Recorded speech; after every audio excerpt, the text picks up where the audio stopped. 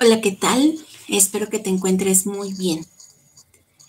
Mi nombre es Oralia Espinosa Montiel y hoy quiero compartir contigo algunos elementos claves en lo que es la evaluación e intervención que tiene que ver con individuos con necesidades educativas especiales. Para poder hablar de la evaluación, seguramente viene a tu cabeza algunos conceptos, algunos elementos, algunos principios que se consideran base y que se relacionan con los módulos con los cuales comenzaste tu formación como psicólogo o como psicóloga.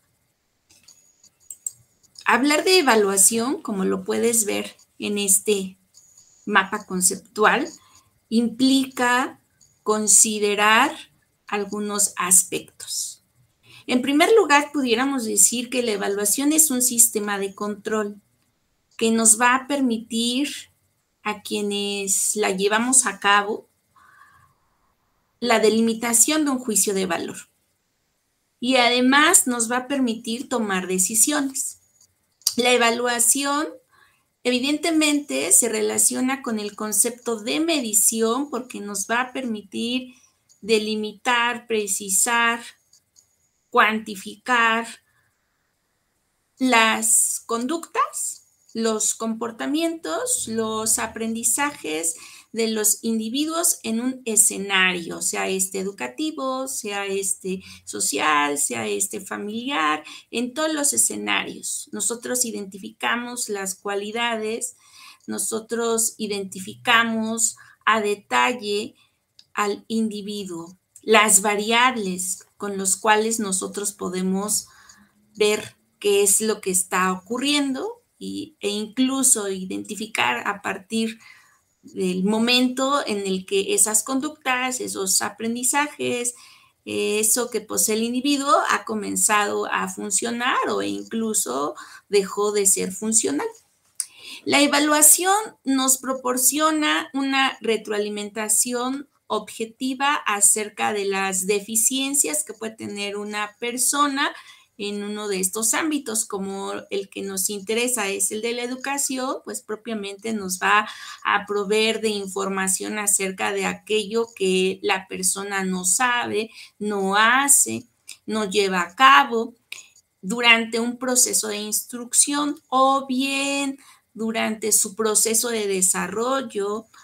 Entonces, esta evaluación en el escenario educativo permite determinar de igual manera los logros obtenidos, si se cumplieron o no se cumplieron las metas, los objetivos de aprendizaje que el plan y el programa de estudio está delimitando. La evaluación se relaciona con el concepto de calidad educativa, en tanto esta nos va a dar un panorama, nos va a acercar a aquellos estándares que indican pues que se está cumpliendo con lo solicitado por la institución educativa o por lo que nos está indicando el plan y programa de estudios. Cuando la revisamos en un escenario educativo, nos vamos a encontrar con al menos 3 tipos de evaluación. Una evaluación diagnóstica, que nos va a permitir identificar el nivel de conocimientos que pueden poseer las personas y que sabemos que se puede hacer al inicio de una lección, al inicio de un curso,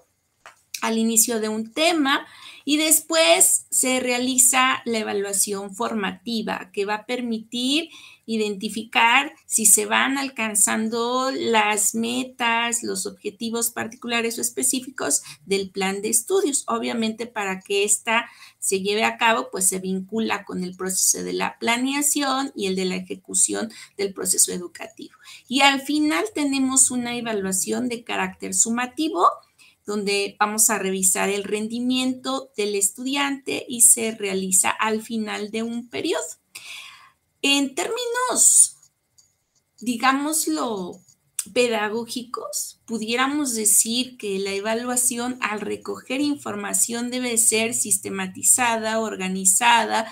debe de recoger información confiable, por lo tanto los instrumentos que se empleen pues deben de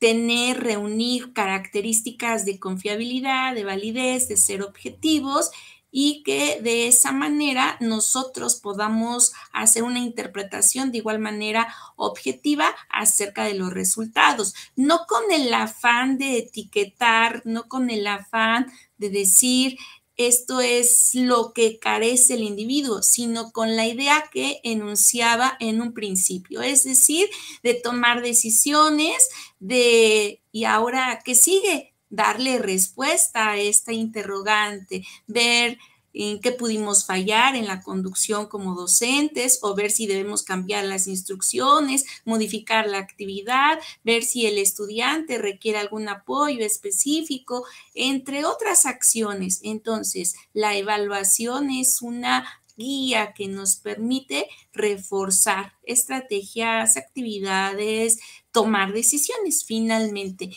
Y la podemos realizar en el sentido formal del término, cuando nosotros la planeamos, la organizamos, o bien que se pueda realizar incluso de manera imprevista, espontánea, según lo que nosotros vayamos observando en tanto las necesidades que se van presentando por parte de los estudiantes o por parte de la misma institución.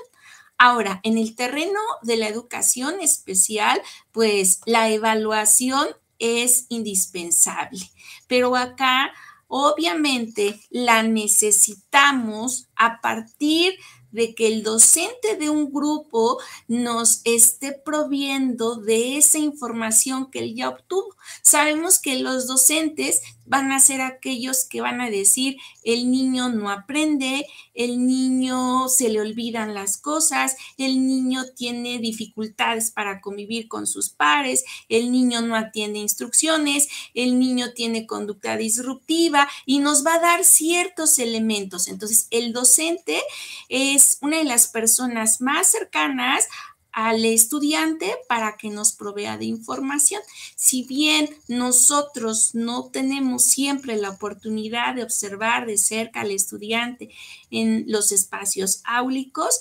nosotros podemos elaborar instrumentos que nos permitan saber cómo es el comportamiento del estudiante dentro del aula en cuanto a su aprendizaje, en cuanto a la interacción, en cuanto a las relaciones que puede tener con sus compañeros, con el docente y con las personas a su alrededor. Sabemos que pueden existir diferentes modelos, concepciones acerca de la evaluación y que pues pudiéramos nosotros valernos de varios elementos para poder llevar a cabo esa evaluación. Desde esta observación que decía de carácter sistemático, organizado, planeado, hasta una entrevista a profundidad que nos dé información acerca del estudiante, de la persona y que en ese sentido pues también nos indique cómo fue el proceso de su desarrollo antes de llegar propiamente a la escuela. Sabemos que vamos a encontrar variables médicas, biológicas, entre otras, pero también es importante que en este proceso de evaluación se recoja información de todo lo referente a la escuela en cuanto al rendimiento, el desempeño, las notas, las actividades, entrega o no entrega las tareas, la calidad con la que las entrega, existe o no existe apoyo por parte de los padres de familia y hay que revisar los planes, los programas de estudio en el sentido de qué es lo que están solicitando y de igual manera identificar aquello que el estudiante hace o no hace y que además cuando los estudiantes ya llegan a una institución educativa tienen una historia, entonces hay que revisar esa historia personal, esa historia familiar, esa historia local de la persona en donde se integra. Entonces, hablar de evaluación en términos de la educación especial, pues implica hacer una revisión de diferentes núcleos, de diferentes articulaciones. Por tanto, pudiéramos decir que es importante hacernos la siguiente pregunta. ¿Te has preguntado qué elementos deben tomarse en cuenta para llevar a cabo una intervención en el campo de las necesidades educativas especiales? Pues obviamente un elemento sumamente importante para poder hacer una intervención en la institución, pues necesitamos hacer todo un proceso de evaluación. Si nosotros queremos apoyar, orientar, si queremos ver de qué manera el estudiante se pueda adaptar dentro de la institución educativa, ver si requiere o no requiere apoyo, ver si se requiere o no una adaptación, una adecuación curricular, pues hay que recurrir al proceso de evaluación. Entonces, nosotros requerimos estar entrenados, requerimos tener conocimientos en lo que es materia de evaluación psicológica y psicopedagógica. De esa manera, nosotros podríamos dar respuesta a las necesidades o a los requerimientos que la persona, dependiendo el contexto, dependiendo la institución, dependiendo su propia necesidad, pues vamos a ubicar, vamos a generar la estrategia de intervención. Por lo tanto, no se puede intervenir en una institución si no se conoce qué implicaciones tiene hablar también de inclusión y de diversidad. Sabemos que en México pues existen experiencias muy novedosas en cuanto a inclusión, pero también hay tantas cosas que hacer y una de estas cosas pues implicará tener conocimiento de lo que es la legislación educativa y los diferentes documentos que nos marcan, nos delimitan las acciones, tanto para los docentes como para aquellos que estamos incurriendo dentro de los escenarios de educación especial. Para hacer una intervención, una propuesta, propiamente necesitamos revisar en ese proceso de evaluación todas las variables personales del estudiante, familiares y contextuales del sujeto. De ahí que estemos hablando y contextualizando de lo que es la evaluación y diagnóstico. En ese sentido, variables personales, hagamos alusión a la edad, a las condiciones en las que se dio el embarazo, si hubo factores maternos, paternos, de cuidado, si hubo factores que pudieron poner al estudiante, la persona, en una situación de riesgo antes, durante, después del parto, las enfermedades, el desarrollo en sí mismo que posea esta persona y de igual manera revisar las variables familiares, no solo lo que tenga que ver con el apoyo, sino la relación, el trato que pueda tener el papá, la mamá con el hijo, la hija, si tienen o no tienen un empleo, si son una familia pequeña, grande, sabemos que el número de que pueda ocupar un hijo en la familia, pues también es importante, porque puede ser que si el hijo es el primero en la familia, pues toda la atención es para él, pero cuando las familias suelen ser más numerosas, pues a veces no se tiene ni los ingresos económicos o suficientes para darle la atención que requiera esa persona. Y lo mismo pasa con el contexto. Hay contextos que pueden ser más seguros, otros menos seguros, además del acceso a los servicios también que pueda tener la persona en cuanto a la atención médica, psicológica, psiquiátrica en alguno de los casos. Y entonces, en un programa que nosotros elaboremos de manera individualizada para el sujeto, a partir de toda la información que nosotros recogimos, pues hay que ir estableciendo la meta y el objetivo de aprendizaje.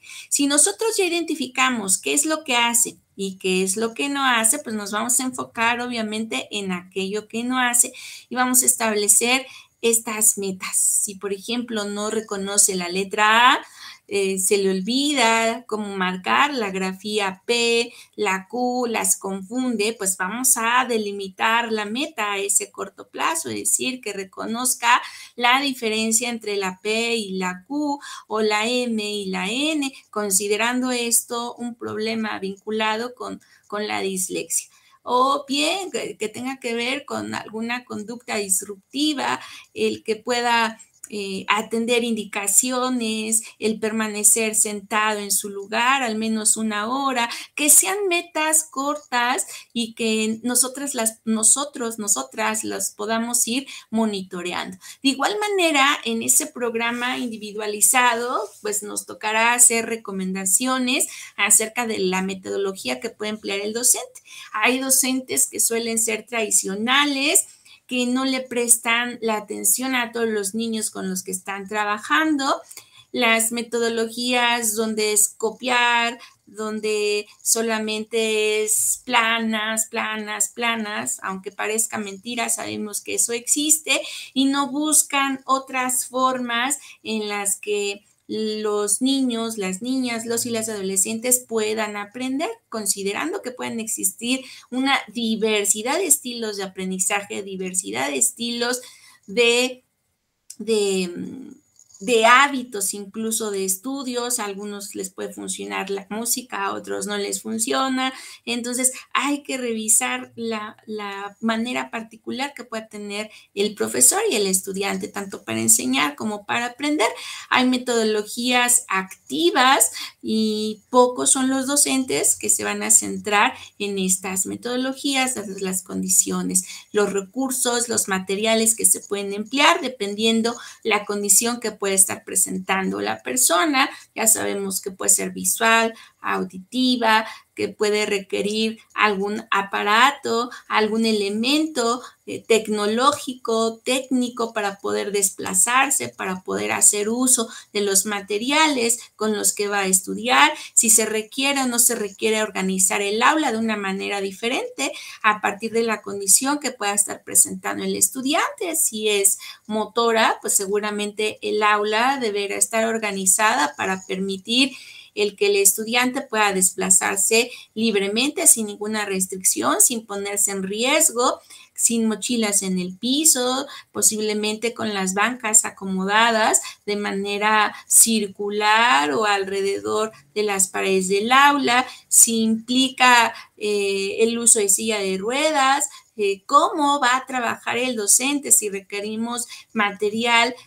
con letras de tamaño grande, con lupas, con materiales especializados, auditivos, entre otras cosas. Y también en ese plan individualizado, pues hay que planear las sesiones de clase. Sabemos que algunos chiquitos, algunas chiquitas van a requerir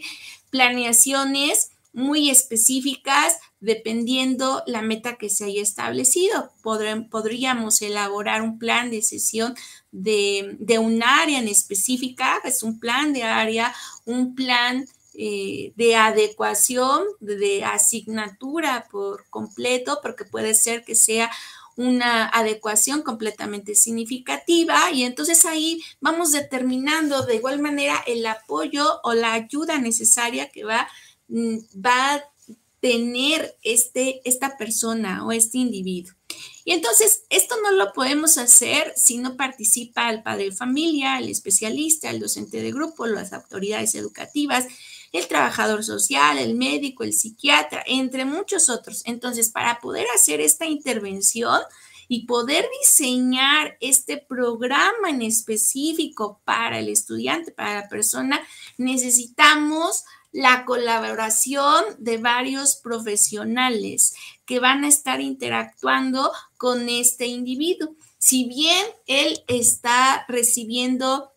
pensemos, rehabilitación física, pero también está recibiendo el apoyo psicológico para integrarse a la escuela, conjunto con su familia, con su mamá, con su papá, y también con el docente de grupo, para sensibilizar, para que nosotros incluso nos adentráramos a las instituciones educativas y no solo se sensibilizara al docente de grupo, a los niños, a las autoridades, a la comunidad educativa en general, a los otros niños de los otros grupos, a los papás de los niños, a la comunidad que está cercana a la escuela. Entonces, sí requerimos un trabajo arduo, requerimos una visión para poder generar estos procesos de inclusión y que no solo queden en la integración, porque lo que buscamos es que los niños, las niñas con necesidades educativas especiales y que ahora ya pues le denominamos barreras de aprendizaje,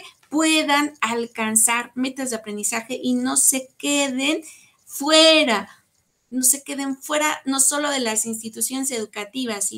sino que no se queden sin este derecho que está consagrado en la Constitución Política de los Estados Unidos Mexicanos, que es el derecho a la educación. Por lo tanto, si vamos a considerar en esta elaboración de un plan de trabajo individualizado, pues que nuestro individuo está dentro de la escuela, pero esa escuela está dentro de la nación y que entonces tenemos esta obligación ética, así lo veo yo, para conocer todo el marco de derechos humanos con los cuales nosotros vamos a contemplar esta propuesta, desde los documentos de educación para todos, todas, la Declaración Universal de los Derechos Humanos, la Declaración de los Derechos de los Niños, Niñas y Adolescentes, en donde se está consagrando y se le está dando la importancia de vida a la educación de los niños, niñas y adolescentes que pueden estar en procesos de marginación, en situaciones de pobreza, en situaciones de discapacidad y que entonces,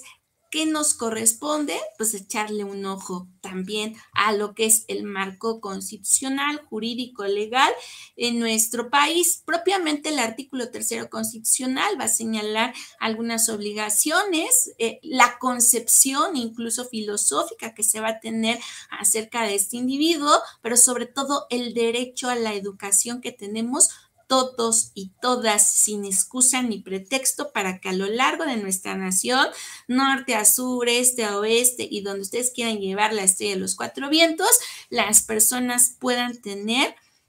este derecho. Y no solo es ingresar, sino permanecer. Por lo tanto, implica que los docentes a cargo les corresponda movilizar los saberes de todos los niños, pero también apoyarse de todos aquellos que estamos interesados, involucrados en la educación especial. En ese sentido, hay que considerar lo que es también la Ley General de Educación, que va a contemplar ciertos lineamientos para las instituciones públicas, privadas, para hacer valer estos derechos y ampararse considerando la ley para prevenir y eliminar la discriminación, la ley para la inclusión de personas con discapacidad. Entonces, en ese sentido, pues es necesario que también se eche un vistazo a la institución escuela para revisar la infraestructura, si permite este desplazamiento de los estudiantes y de todas las personas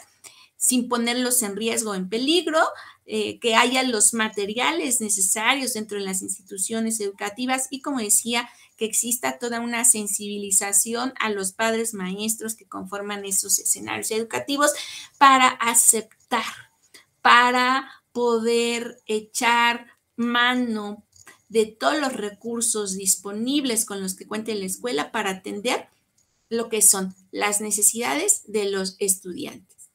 Y en ese sentido, pues es importante que también le echemos un ojo al actual documento de la presidencia del Plan Nacional de Desarrollo 2018-2024, donde nos habla de un México incluyente. Y en ese sentido, pues están claros y definidos objetivos que permitan a los docentes y a los que estamos involucrados en educación especial, pues encaminarnos hacia esta inclusión, hacia esta educación inclusiva y que no solo sea una educación como se hacía llamar en el sexenio anterior, una educación de calidad, sino que sea una educación humanista y una educación de excelencia.